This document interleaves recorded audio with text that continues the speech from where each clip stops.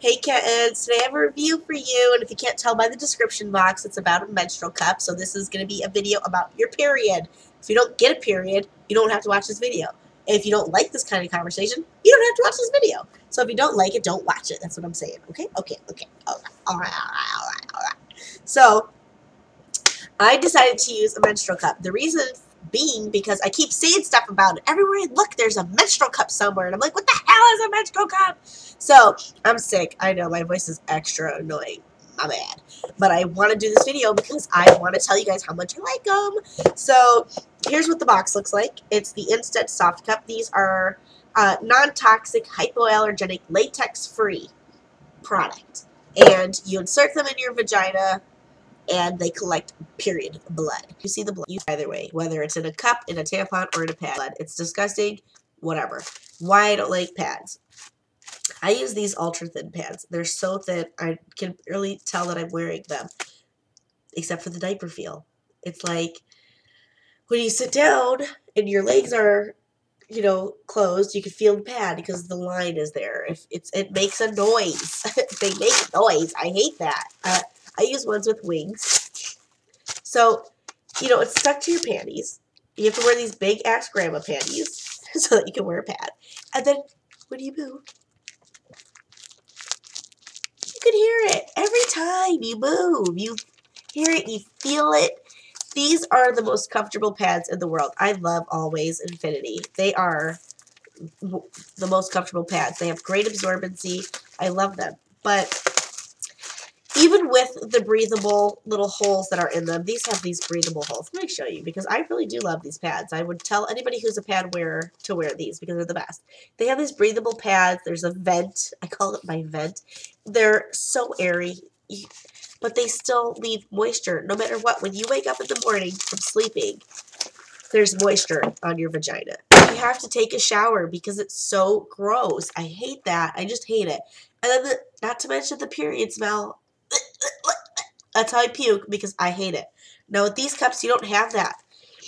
People who wear tampons say, oh, I don't have that problem, blah, blah, blah, blah. I can't wear tampons because my cervix hangs low. So when I put the tampon in, I stand up when I put tampons in. When I stand up and put the tampon in up to the rim, and then I push it up, it's so painful for me because my cervix is like right here. This is pushing against it. Every time I sit down, stand up, I hate it. I just hate it. And they don't make short cervix tampons. These differ from the Diva cup or the Moon cup or the Keeper cups, whatever kind of cups there are, because they are shaped like this. This is a circular shaped device, and it's made out of higher grade plastic, some kind of better for you plastic, right? And they have this little bag that is movable. The Diva cup or the Moon cup, whatever the hell they are, the Diva cup seems to be the most popular one. They're kind of like tulip shaped. I say they're tulip shaped because they're like tulips. But they are like a cone shape, like this sort of, like this, yes, like this. And then they have a stem on the bottom, and you kind of fold them into thirds, and you put them in your vagina like a tampon. Then they open up, and they kind of work on suction. These do not work on suction. These are like a friction-based hold, so you put them in, and they stay in place because they are wedged against the back of your vagina and your pelvic bone. And people who reviewed the Keeper cup or the Diva cup have said that if they have a low-hanging cervix, it's very uncomfortable for them. And I believe that because the internet is never wrong, right? So I chose to believe it, and I won't be using those cups. I do really like this cup because it is a one-size-fits-all because you can pinch it to a very small size. This is even thinner than a tampon. You see, this is just a regular tampon. It's the regular absorbency tampon. And you can see that this is smaller and thinner than the applicator itself. So, what you do is you sit down so that your vaginal canal is horizontal. This is your vaginal canal for this demonstration. Alright? Alright. So what you do is you sit down. You don't pull that bag out. You just leave it where it's at when you pull it out of the package. And they do come in these little packages, P.S. So, anyways, you pinch the cup like this so that it's small and easier to insert. And then you push back while pinching.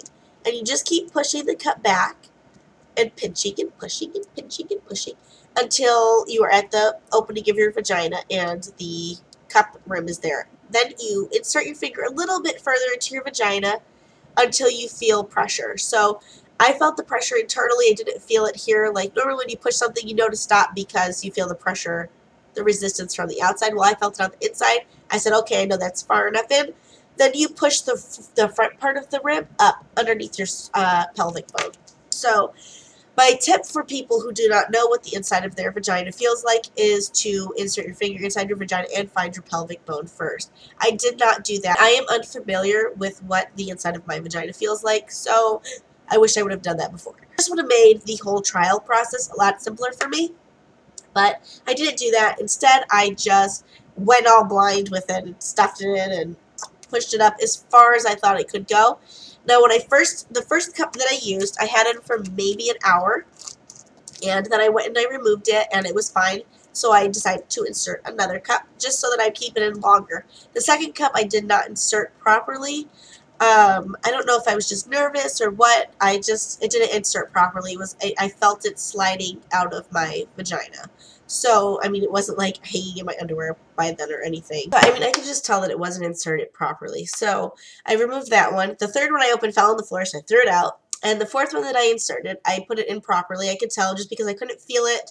And I left that one in for maybe 3 hours. And I went to go check on it because it was one of my heavier days. It was the second day of my menstrual cycle, so it was a heavier day.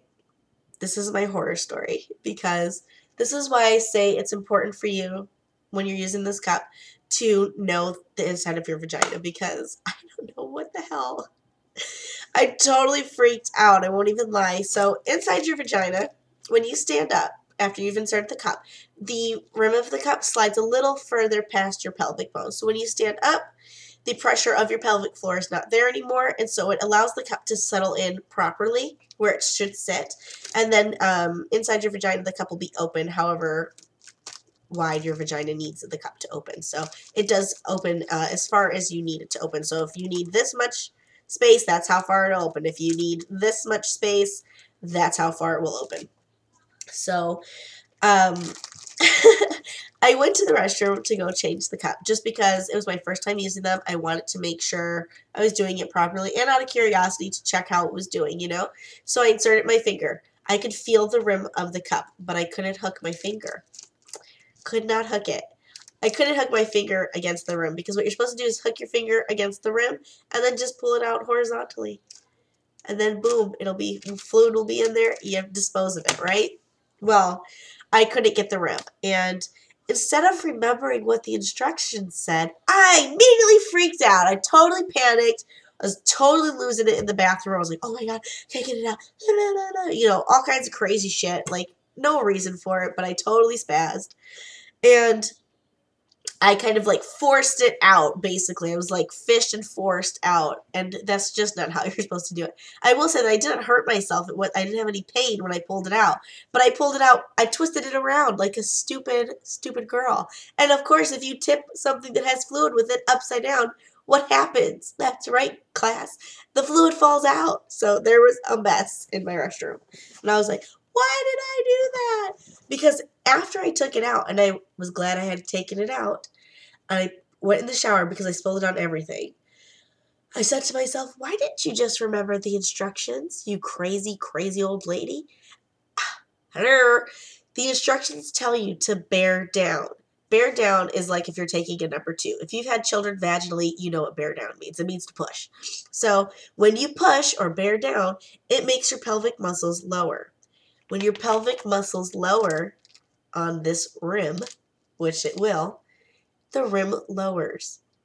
So once you've bared down, the rim is so easy to hook. It's so easy, class. It's easy, okay? I was like, why didn't I do that?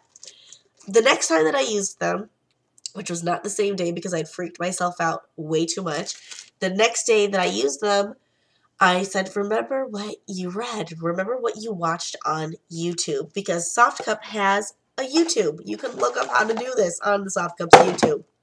Okay? So the next day that I used them, I inserted the cup, and I decided, you know what, I'm not going to be so anal about it. I'm going to leave it in for a few hours. And it ended up being about 8 hours. And then I was like, oh, let me check my cup. So I went to the restroom.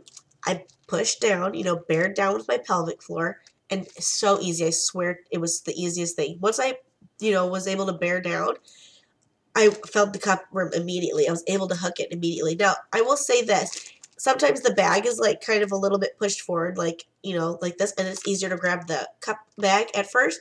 This doesn't rip. I am pushing, pushing, pushing. It just stretches. That's it. And I have a fingernail. Can you see that? And I'm pushing. And it just stretches. It doesn't do anything. It just gets real misshapen. So you can't pop it or break it or anything. I'm sure you could if you were really crazy about it. But I mean, just like, this is me with my fingernail taking it. Nothing. It's totally fine. So you can't pop it or anything like that. Just trying to fish it out. So I will say that. And then you grab it from the rim. Say, this is a bird's eye view. You grab it from the rim and then you pull it out diagonal. Horizontally. And just be careful. You might have to pinch it. I have to pinch mine when I remove it, just so that it slides out easier and I don't displace the fluid. And then what I do is I just take like a wad of tissue and I put it inside. I use the plastic container, the plastic wrap of the new cup that I'm about to insert. I slide it in there and then I wrap the whole thing in toilet paper because nobody needs to see your menstrual fluid. Yuck. Okay? Ugh. So I need a drink. I'm thirsty and I'm sick. Yes, I love it. So I wore it and it was great, and then I wore it to bed and I woke up. There was no leaking, nothing. I just love them. You cannot feel them. You don't have the same problems as a tampon because these are not associated with TSS. TSS is toxic shock syndrome, and it's like terrible, and it affects people who wear tampons. These cups are the business. I want you to use them and try them out because they're awesome.